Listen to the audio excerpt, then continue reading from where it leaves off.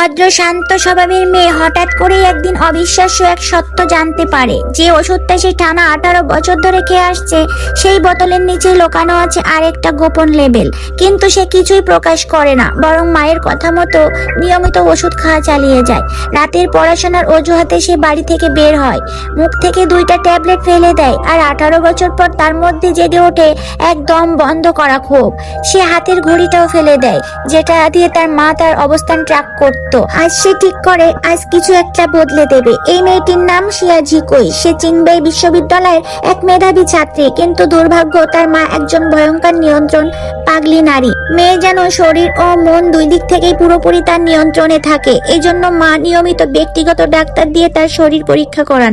প্রতিনিয়ত স্কুলে যাওয়ার আগে মাকে দিয়ে যেতে হয় কষ্টদায়ক 18 শার্ট ফিতা, আর বোতামের উপর দেওয়া থাকে গরম মোমের সিল, যেন মেয়ে সেটা খুলে ফেলতে না পারে। তারপর হাতে পরিয়ে দেওয়া হয় ট্র্যাকিং ঘড়ি, আর দূর থেকে মা অনুবীক্ষণ দিয়ে নজর রাখে মেয়ের প্রতিটা কাজের উপর।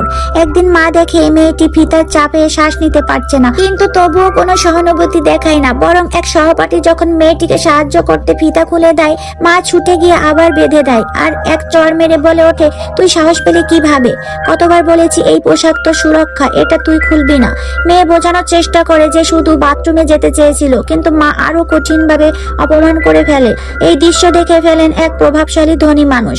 বাড়ি ফিরে মেয়েটি আবার পরিবারের নিয়মের নামে নির্মম শাস্তি পায়। এরপর মা আবার স্নেহ ভরে ক্ষত পরিষ্কার করে, ওষুধ খাওয়ায়, আর ওই অভিশপ্ত কনসেপ্টটা আবার গায়ে জড়িয়ে দেয়।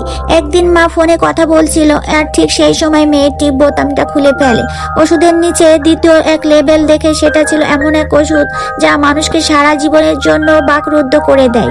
সেই মুহূর্তে তার মধ্যে বিস্ফোরণ ঘটে। সে আর চুপ থাকা ভদ্র মেয়ে নয়, সে হঠাৎ করে এক অচেনা লোকের গাড়িতে উঠে বসে মায়ের চোখের সামনে।